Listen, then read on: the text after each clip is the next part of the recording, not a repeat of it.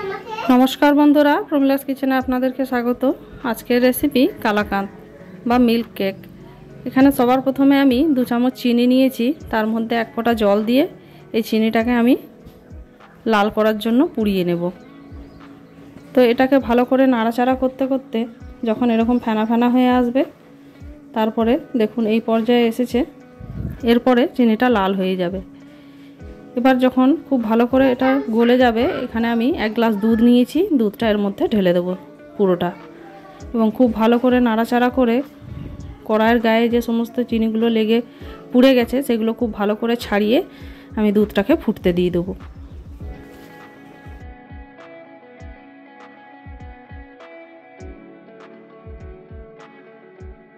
দিলাম তো দুধটা ফুটে উঠলে এখানে আমি 3 প্যাকেট 5 টাকা দামের দুধ নিয়েছিলাম আমূল্য, সেটা এর মধ্যে মিশিয়ে ভালো করে গলিয়ে নেব।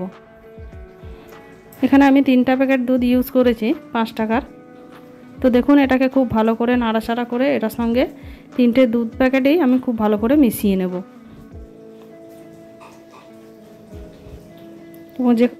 যখন এগুলো গলে যাবে, ভালো করে মিশে যাবে, তখনই আমি যে 500 গ্রাম দুধের ছানা কাটিয়ে রেখেছিলাম, ছানাটা জল ঝরিয়ে রেখে দিয়েছিলাম, এটা এর মধ্যে দিয়ে খুব ভালো করে মিশিয়ে নেব।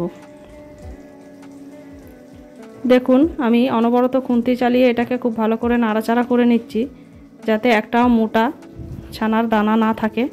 খুব ভালো করে নাড়াচাড়া করতে করতে যখন দুধের সঙ্গে ছানাটা প্রায় মিশে যাবে, হ্যাঁ দেখুন এখানে প্রায় মিশে এসছে, এই পর্যায়ে অবধি আমাকে এটা খুব ভালো করে ঘেটে নিতে হবে।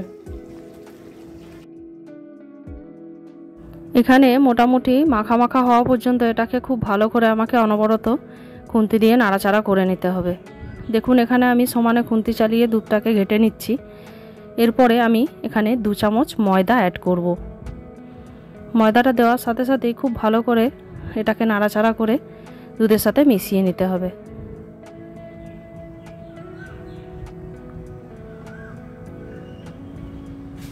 তো দেখুন এখানে খুব ভালো করে 1 চামচ ময়দাকে আমি মিশিয়ে নিয়েছি। এবার আরও 1 চামচ ময়দা এর মধ্যে আমি মিশিয়ে আবারও খুব ভালো করে নাড়াচাড়া করে এটার সঙ্গে মিশিয়ে নেব।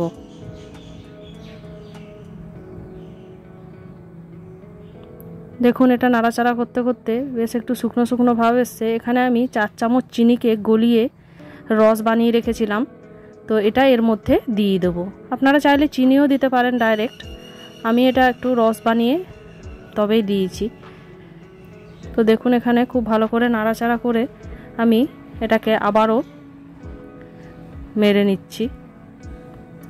এই পর্যায়ে এখানে আমি 1/2 চামচ মতন ঘি এটার মধ্যে দিয়ে দেব। ঘিটা দিয়ে আবারও খুব ভালো করে নাড়াচাড়া করে এটাকে আরও শুকনো শুকনো করে নেব। এবং এখানে আরও 1 চিমটি, আপনারা দেখে বুঝতে পাচ্ছেন এখানে আমি একটু ইয়েলো ফুড কালার মিশিয়েছি, এটা যাতে দেখতে আর একটু ভালো হয়। তো ফুড কালারটা দেওয়ার পরে আবারও খুব ভালো করে এটাকে আমি কড়াইয়ের মধ্যে নাড়াচাড়া করে নিচ্ছি। এখানে খুব ভালো করে এটা নাড়াচাড়া করে নিয়েছি। এবারে আমি সবশেষে সামান্য 1 চিমটি না, মানে 1/2 চামচেরও কম একটু গোলাপ জল দিয়ে দিলাম, দিয়ে আবার ওটাকে নাড়াচাড়া করে নামিয়ে নিয়েছি। এবারে একটা প্লেটের মধ্যে ঘি মাখিয়ে আমি সমস্ত মিশ্রণটা এর মধ্যে তুলে আমি 1/2 ঘন্টা মতো রেখেছিলাম। তারপরে 1/2 ঘন্টা পর আপনাদেরকে দেখাচ্ছি। এইভাবে আমি ছুরির সাহায্যে কেটে নিচ্ছি। তো কেটে নিয়ে আমি আপনাদের দেখাচ্ছি মিষ্টিটা কেমন তৈরি হয়েছে। দেখুন সমস্ত মিষ্টিগুলো আমার কাটা হয়ে গেছে। এবারে দেখুন খুব ভালো লাগছে কালাকাঁদগুলো দেখতে, এবং খেতেও অসাধারণ হয়েছিল। আপনাদের যদি এই রেসিপি ভালো লাগে অবশ্যই লাইক করবেন এবং সাবস্ক্রাইব করে আমার পাশে থাকবেন। ফিরে আসবো অন্য কোনো এক রেসিপি নিয়ে। নমস্কার।